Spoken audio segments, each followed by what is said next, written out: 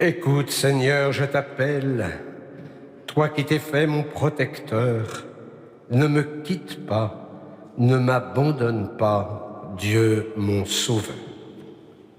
Au nom du Père et du Fils et du Saint-Esprit, la grâce de Jésus notre Seigneur, l'amour de Dieu le Père et la communion de l'Esprit Saint soient toujours avec vous. Joie de vous retrouver ici ce soir pour célébrer le Seigneur. Joie de retrouver aussi celles et ceux qui nous rejoignent par et grâce à Catéo. Écoute, Seigneur, je t'appelle. La liturgie de la parole nous invite à ce silence intérieur pour pouvoir être à l'écoute du Seigneur. Au début de l'Eucharistie, demandons la grâce du pardon pour désencombrer nos cœurs.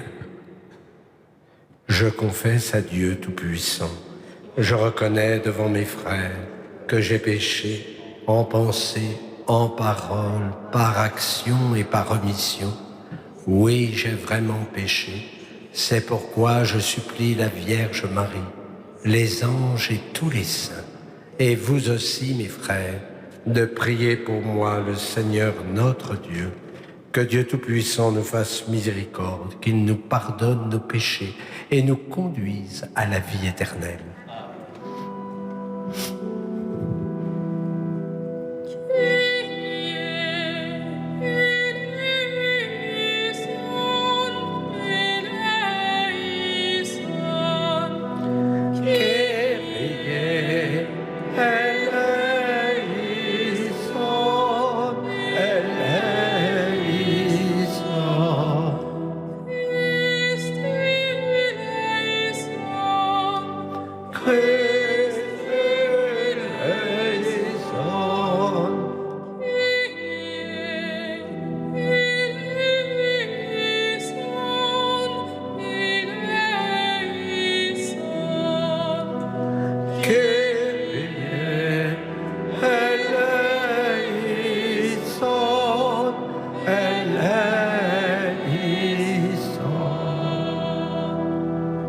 Prions le Seigneur. Dieu Tout-Puissant, force de ceux qui espèrent en toi, sois favorable à nos appels. Puisque l'homme est fragile et que sans toi il ne peut rien, donne-nous toujours le secours de ta grâce. Ainsi nous pourrons, en observant tes commandements, vouloir et agir de manière à répondre à ton amour. Par Jésus-Christ ton Fils, notre Seigneur et notre Dieu, qui vit et règne avec toi et le Saint-Esprit, maintenant et pour les siècles des siècles.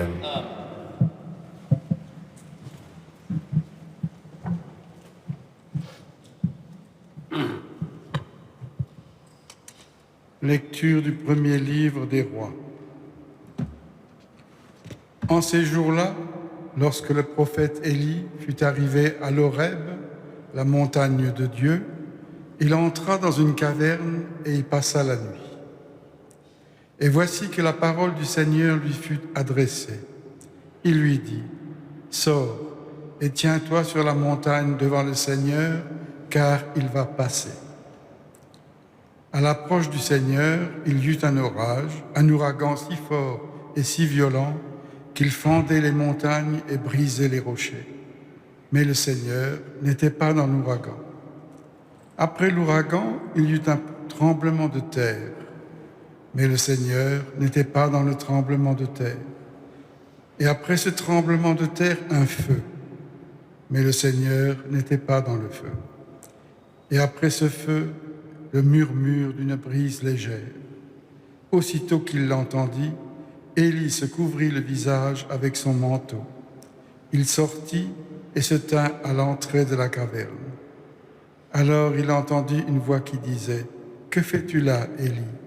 Il répondit, « J'éprouve une ardeur jalouse pour toi, Seigneur, Dieu de l'univers. Les fils d'Israël ont abandonné ton alliance, renversé tes autels, tué tes prophètes par l'épée. Moi, je suis le seul à être resté et il cherche à me prendre ma vie. Le Seigneur lui dit, repars vers Damas par le chemin du désert. Arrivé là, tu consacreras par l'onction Azraël comme roi de Syrie. Puis tu consacreras Jéhu, fils de Namsi, comme roi d'Israël. Et tu consacreras Élisée, le fils de Shaphat, d'Abdel-Méola, comme prophète pour te succéder. Parole du Seigneur.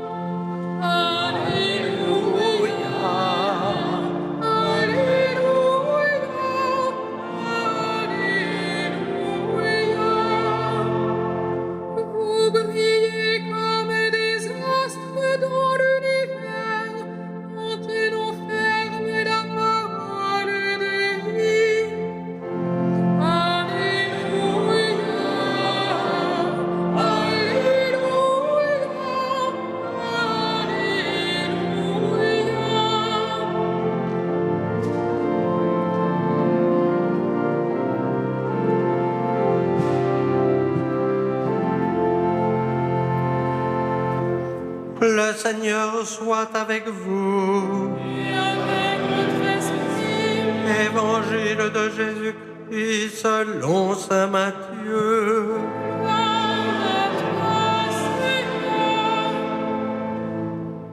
En ce temps-là, Jésus disait à ses disciples, « Vous avez appris qu'il a été dit, tu ne commettras pas d'adultère. Eh bien, moi, je vous dis, tout homme qui regarde une femme avec convoitise a déjà commis l'adultère avec elle dans son cœur. Si ton œil droit entraîne ta chute, arrache-le et jette-le loin de toi, car mieux vaut pour toi perdre un de tes membres que d'avoir ton corps tout entier jeté dans la géhenne. Et si ta main droite entraîne ta chute, coupe-la et jette-la loin de toi, car mieux vaut pour toi perdre un de tes membres que d'avoir ton corps tout entier qui s'en aille dans la géhenne. Il a été dit également, si quelqu'un renvoie sa femme qui lui donne un acte de répudiation, eh bien moi je vous dis, tout homme qui renvoie sa femme, sauf en cas d'union illégitime, la pousse à l'adultère. Et si quelqu'un épouse une femme renvoyée, il est adultère. Acclamons la parole de Dieu. Louange à toi, Seigneur Jésus.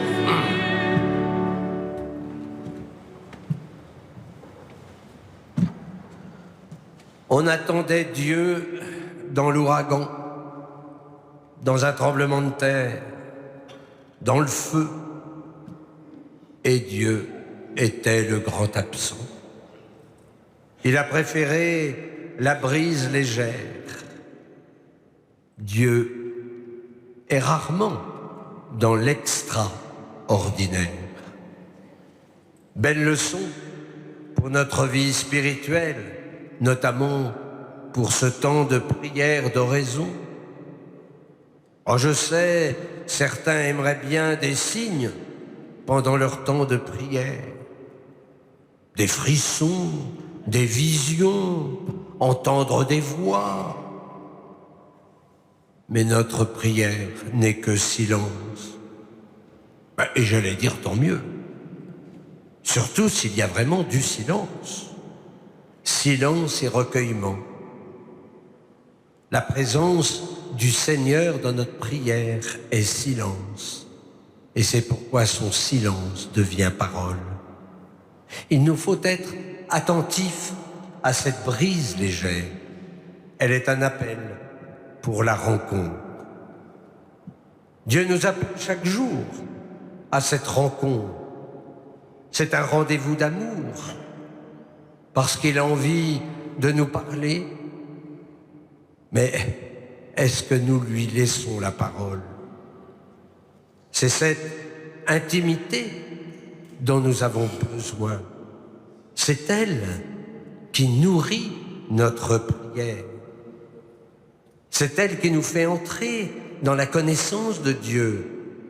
Comme nous l'avons chanté dans le psaume 26, c'est ta face, Seigneur, que je cherche. Ce désir de voir Dieu, c'est bien le moteur de notre vie spirituelle.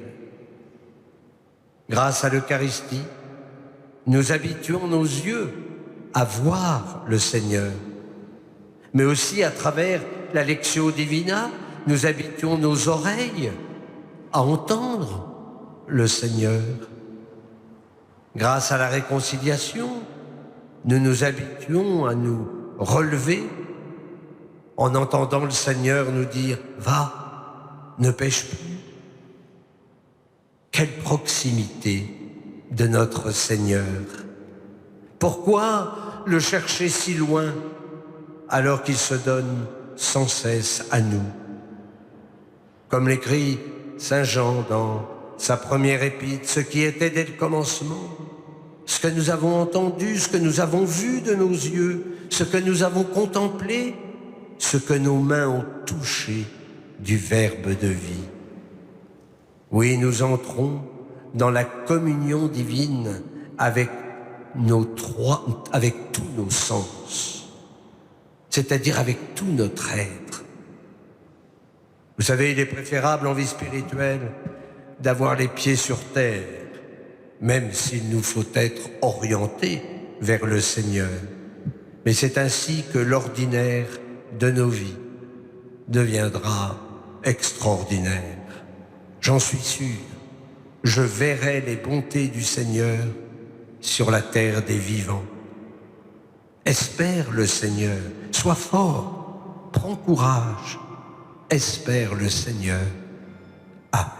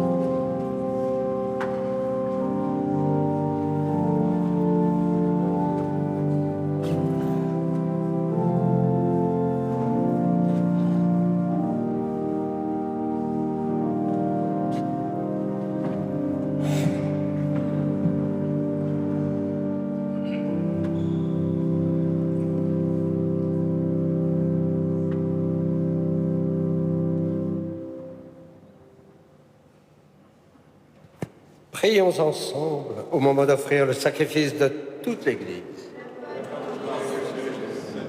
Seigneur notre Dieu, nous voulons te servir. Regarde notre offrande, qu'elle soit agréable à tes yeux et nous obtienne un accroissement de charité. Par Jésus, le Christ, notre Seigneur.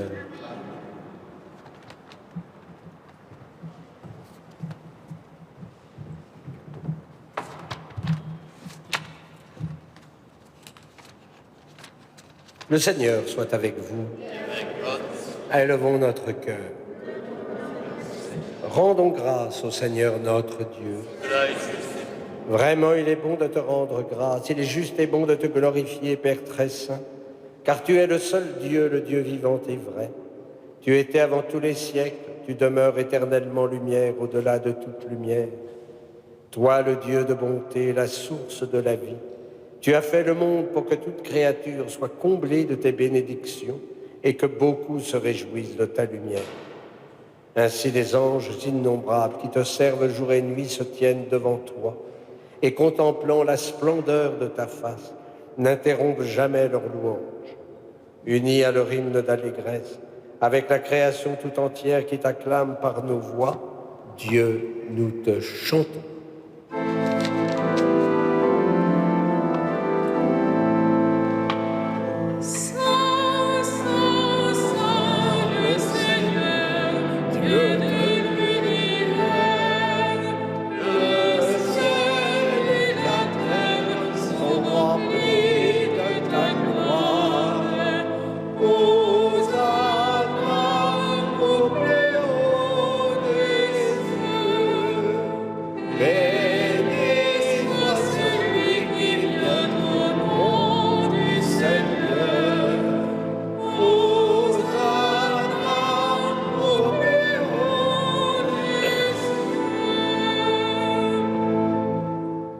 Père très saint, nous proclamons que tu es grand et que tu as créé toutes choses avec sagesse et par amour.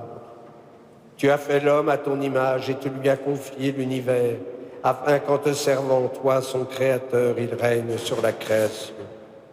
Comme il avait perdu ton amitié en se détournant de toi, tu ne l'as pas abandonné au pouvoir de la mort. Dans ta miséricorde, tu es venu en aide à tous les hommes pour qu'ils te cherchent et puissent te trouver. Tu as multiplié les alliances avec eux et tu les as formés par les prophètes dans l'espérance du salut.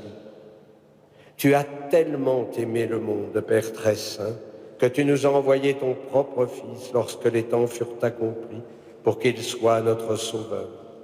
Conçu de l'Esprit Saint, né de la Vierge Marie, il a vécu notre condition d'homme en toutes choses, excepté le péché, annonçant aux pauvres la bonne nouvelle du salut, aux captifs la délivrance, aux affligés la joie. Pour accomplir le dessein de ton amour, il s'est livré lui-même à la mort et par sa résurrection, il a détruit la mort et renouvelé la vie, afin que notre vie ne soit plus à nous-mêmes, mais à lui qui est mort et ressuscité pour nous. Il a envoyé d'auprès de toi comme premier don fait aux croyants, l'Esprit qui poursuit son œuvre dans le monde et achève toute sanctification.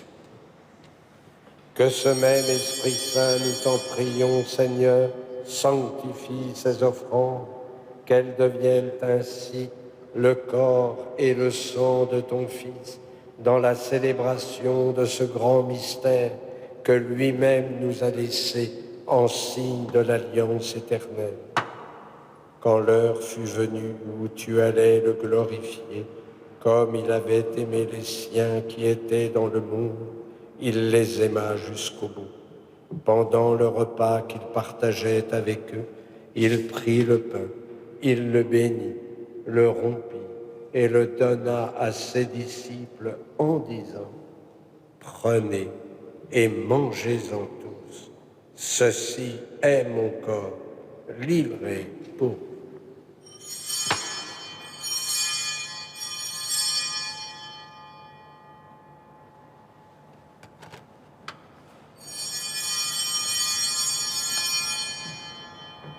De même, il prit la coupe remplie de vin Il rendit grâce et la donna à ses disciples en disant, « Prenez et buvez-en tous, car ceci est la coupe de mon sang, le sang de l'alliance nouvelle et éternelle, qui sera versé pour vous et pour la multitude en rémission des péchés.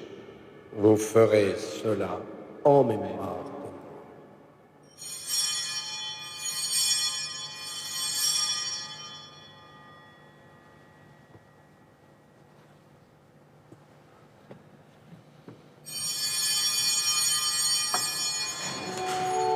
Il est grand le mystère de la foi. Nous proclamons ta grâce, Seigneur Jésus. Nous célébrons ta résurrection. Nous attendons ta venue à la gloire.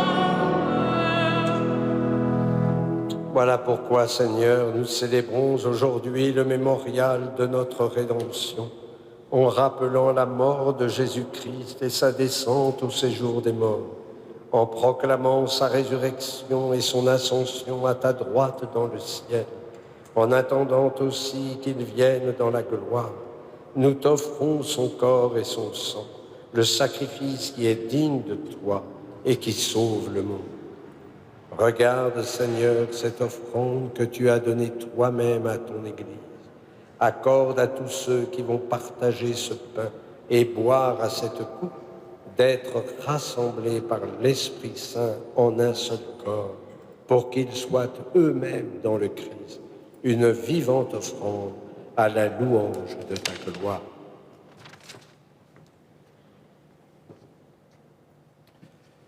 Et maintenant, Seigneur, rappelle-toi tous ceux pour qui nous offrons le sacrifice. Le pape François, notre évêque Michel et tous les évêques, les prêtres et ceux qui les assistent, les fidèles qui présentent cette offrande, les membres de notre assemblée, le peuple qui t'appartient et tous les hommes qui te cherchent avec droiture. Souviens-toi aussi de nos frères qui sont morts dans la paix du Christ. Nous te confions ce soir Salva Bonnet et les défunts de la famille de Chantal Pécou, et de tous les morts dont toi seul connais la foi.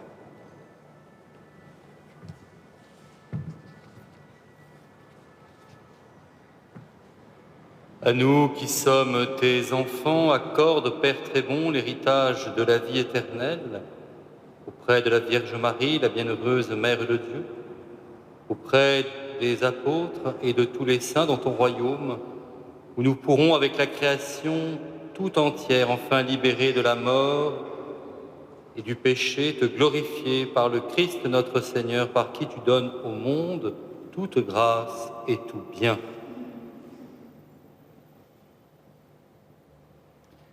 Et nous te confions en particulier Maria Céleste Rodriguez, Fatima.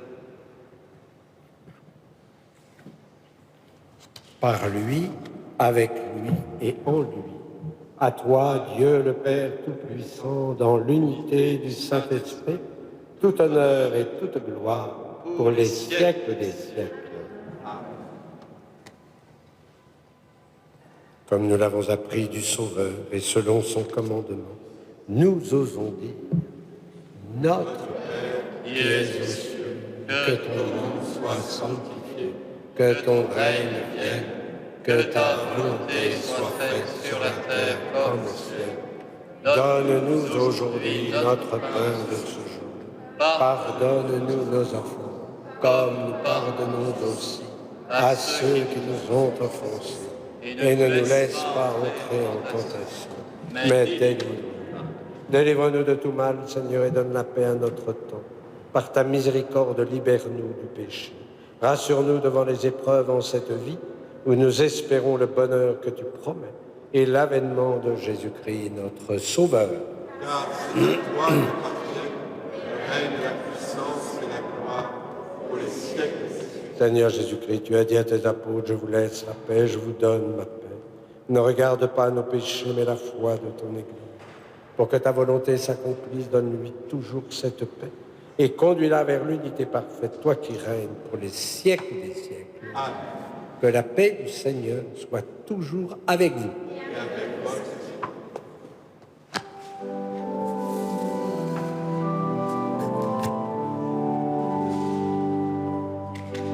Agneau de Dieu qui enlève les péchés du monde, aie pitié de nous. Agneau de Dieu qui enlève les péchés du monde, aie pitié de nous. Agneau de Dieu qui enlève les péchés du monde, donne-nous la paix. Heureux les invités au repas du Seigneur. Voici l'agneau de Dieu qui enlève le péché du monde. Seigneur, je ne suis pas digne de te recevoir, mais dis seulement une parole et je serai guéri.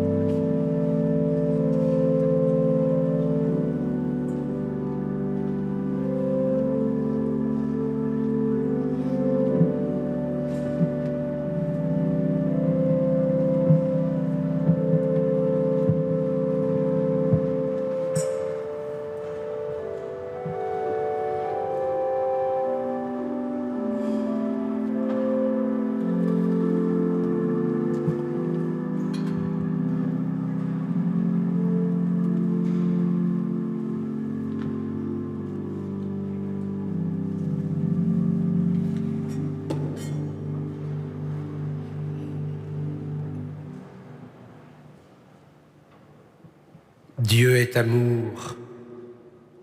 Celui qui demeure dans l'amour demeure en Dieu et Dieu demeure en lui.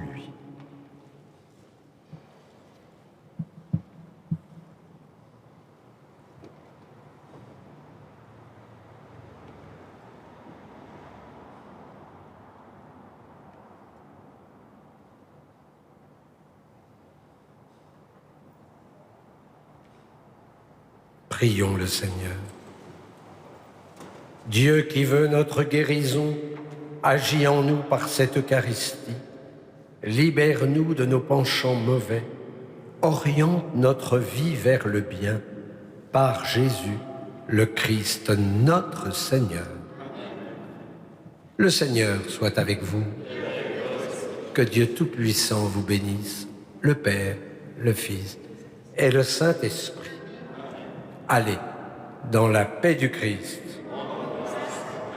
Et comme nous le faisons chaque soir, nous nous confions à Notre-Dame de Paris. Nous lui confions toutes nos intentions, on lui confie toutes celles que nous recevons. Ce soir, nous penserons à Sarah, mais au-delà, c'est cette présence dans notre vie, dans notre foyer. La Vierge vient d'être installée sur le parvis. Vous le savez, elle attendait depuis longtemps. Ça y est. Maintenant, j'espère que vous irez faire une petite prière à Notre-Dame de Paris qui est sortie de sa cathédrale pour rencontrer tous ses enfants bien-aimés. Salve Regina.